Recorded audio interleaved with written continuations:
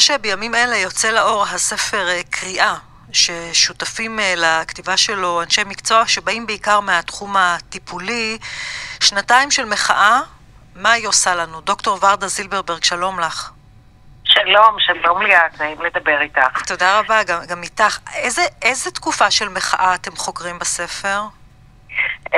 זה מעניין, אנחנו התחלנו ב-2023 ורוב המחקר שתוצאותיו מופיעות בספר נעשה בשנת 2023 לפני 7 באוקטובר.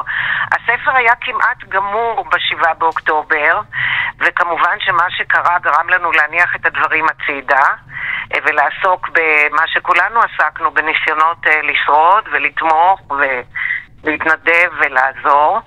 ואחרי זמן קצר הייתה לי שיחה עם השותפה שלי בעריכה, עם דוקטור אורית אבן שושן רשף, ופתאום הגענו למסקנה שמה שיש בספר רלוונטי לא פחות, אולי אפילו יותר, ממה שהיה קודם. למה? ואז חזרנו לספר, וכל אחד מהכותבים, בכל אחד מהפרקים, כתב אפילוג של איך הוא רואה את הנושא, שהוא חקר אותו לפני 7 באוקטובר, איך הוא רואה אותו אחרי 7 באוקטובר. ורדה, אנחנו מעט נצמצם, הספר הוא רחב היקף. מה את חקרת?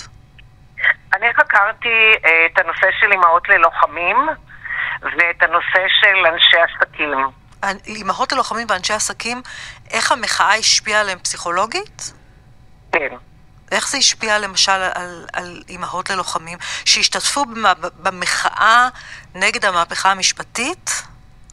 גם וגם. זאת אומרת, התחלנו, ראיינו 10 נשים מהציבור הליברלי שתמכו במחאה, וכשכבר כמעט עמדנו לסיים את המחקר, נתתי את זה לקריאה, ובן זוגי אמר לי, תקשיבי, חסרה לי עוד זווית, ואז ניגשנו לחקור גם את הצד השני של התומכות ברפורמה, וראיינו 10 נשים שתמכו ברפורמה בדיעבד, זה נשים מהציונות הדתית, ואז יש לנו תמונה גם של איך הגיבו הנשים הליברליות, ואיך הגיבו הנשים שתומכות ברפורמה. תגידי לנו בשתי שורות איך והאם היו הבדלים. הגיבו למה? למצב, לכך שהמציאות היא כל כך סוערת, והילד הפרטי שלהם יוצא לקרב, אמהות ללוחמים. היה הבדל בין בציבור שתי... הליברלי אני אציג למשל את דבריה של אלונה, שהם בדוי כמובן, היא אומרת, המקרו נכנס אליי הביתה. אני לא מאמינה בממשלה, במי שמפעיל את הצבא. זה אנשים שאין להם ניסיון, אני לא נותנת להם קרדיט ואני גם לא נותנת בהם אמון. והילד הפרטי שלי הולך ומבצע את כל הדבר הזה, ואני צריכה לתמוך בו, כי אני לא רוצה שמשהו יבולע לנפש של הילד הנהדר הזה, והנפש שלי נקרעת. עכשיו רק אני אציין האנשים האלה מהציבור הליברלי, חלק גדול מהם, נגיד מתוך 10, נגיד 7, בכו בזמן הרעיון. בכו ונחנקו והיה להם קשה והם רצו לדבר. הרעיון היה בשבילהם מאוד מאוד משמעותי, רצו לדבר עוד ועוד. מצד שני, אנשים שתומכות ברפורמה, הם מצרות בעיקר על המחאה. אין להם כעס על הרשויות, כן. טוב, זה יש הגיוני. להם כעס על המנהיגים שלהם, כי הם לקחו מהם את התקווה. הם ראו את האור בקצה המנהרה, כי הם מאמינות שבית המשפט צריך להשתנות, והדרך, ככה הם אומרות לפחות, שהדרך שבה הדברים נעשו, הייתה כל כך לא מוצלחת, שזה גרם לכך שאולי ייקח הרבה שנים עד שמה שראוי בעיניהן ישתנה, מבחינת העמדות של בית המשפט. איך זה השפיע על אנשי עסקים? מעניין שבדקתם את הנושא. אני יכולה להבין אמהות ללוחמים שנמצאות בסיטואציה כל כך רגישה, בטח אחרי 7 באוקטובר, אבל לבדוק איך המחאה השפיעה על אנשי עסקים? מה מצאתם שם? תקשיבי, באופן יוצא דופן, במדינת ישראל בפרט, אולי בעולם בכלל, אנשי עסקים הזדהו והתייצבו וביטאו את עמדותיהן וויתרו על העמדה הניטרלית ששומרת על האינטרסים העסקיים שלהם, בעיקר אם הם מהציבור הליברלי והם יוצאים נגד עמדות שלפחות פורמלית הן ממלכתיות של הממשלה והציבור שתומך בה, ובשבילם זה היה מאוד קשה. עכשיו, זה לא היה להם דילמה, זאת אומרת בעיקר אנשי ההייטק, הייתה בדיחה בברנצ'ה של ההייטק שאם אתה רוצה לעשות פיץ' אז תלך עכשיו לקפלן, כי כל הרבים וטובים מאנשי ההייטק, בעיקר בתחום הכספים והיזמים, היו במחאה והתגייסו אליה במלוא כוחותיהם, מיומנויותיהם, תבונתם וכספם הפרטי.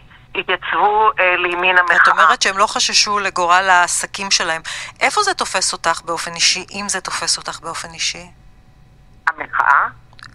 האירוע כולו, המחאה, 7 באוקטובר, ילדים בצבא. כן. זה כל כך קשה, אני לא חושבת שאני יוצאת דופן, אבל נפשי נקרעת. אני יצאתי לספר הזה כתוצאה מכך שהייתי במחאה מהשבועות הראשונים שלה ב-2023, ודחפתי מישהו, לא בכוונה, והוא אמר לי סליחה, ואמרתי לו, אבל אני דחפתי אותך, הוא אמר כן, אבל זה לא אשמתך. ואז אמרתי, אני חייבת לחקור את זה, אני חייבת לדבר על זה עם אנשים שהם קולגות שלי, אני חייבת להתעמק בזה.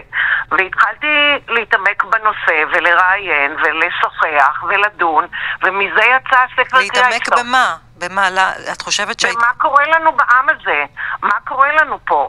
איך אנחנו נקראים? איך אנחנו עומדים במצב שכמה שאנחנו ציונים וכמה שאנחנו רוצים לשרת את המולדת, אנחנו מרגישים שאנחנו לא מסוגלים, אנחנו מרגישים שנורא נורא קשה לנו, אנחנו מרגישים שהקרקע נשמטת מתחת לרגליים שלנו. את מדברת על הצד של המחאה כרגע. על הצד הליברלי, ואני למדתי בעוונותיי שגם הצד השני לא מלקק דבש, וגם הם מרגישים מאוימים, וגם הם מרגישים נרדפים. את אומרת שהם נרדפים על ידי מי? על ידי אנשי המחאה? כן, הזמבורות עשו לי חור בלב. זה פרק שהקדשנו במיוחד לאותן נשים שמתנגדות למחאה ותומכות ברפורמה. פתאום הבנו מה הן מרגישות, מה הן חושבות. למה חור בלב? למה הם לקחו את זה ככה כל כך אישי? כי מה? כי הן מרגישות שהן נמצאות במשפט שלמה. הן מרגישות שהמדינה היקרה שבשבילה הן מוכנות להקריב הרבה, שהמדינה היקרה הזאת עומדת לחתך לשניים. והציבור הליברלי מוכן להקריב את התינוק במשפט שלמה למען עקרונות ואידיאלים שלהן. הם נראים מופרכים. הם אומרים, אני בעד לשמור על הילדים שלי. אני לא רוצה שכל חייל ילך עם עורך דין פרטי שצריך לשמור עליו שמא הוא פתח באש ברגע לא מתאים. הן לא רואות את הצד המוסרי כמו שציבור הליברלי רואה אותה. או שיש להם מוסר אחר, אבל אני מניחה שיש פה עוד נקודה שהנשים האלה של הציונות הדתית בעצם מאוד כועסות על אנשי המחאה, הרי זו ממשלה שהן בחרו בה. ברובן אני מניחה שזו ממשלה שבחרו. אז יש פה איזו כעס של איך אתן מתעלמות מההצבעה שלנו. אתם מתעלמים, ובכוח הליברלי שלכם, אני מנחשת, גם בכוח שלכם, גם בכוח הכסף שיש לכם, אתם בעצם מוחקים את מה שאני רציתי, שסוף סוף קמה ממשלה שהיא לרוחי. נכון.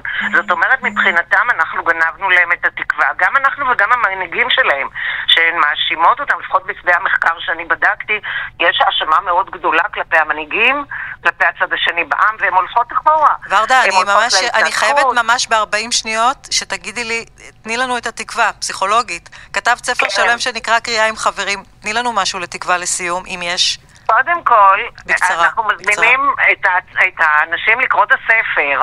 אפשר לפנות אלינו לקבל את הספר או בחנויות הדיגיטליות כמו עברית או מנדלה, לקנות את הספר, ושם באמת אנחנו מצביעות על מה קרה, והתקווה היא שכל אחד מאיתנו יכול לעשות משהו. תקשיבי, אני הייתי השבוע בצפון, מבחינה תיירותית הצפון נטוש, זה ממש קורע את הלב.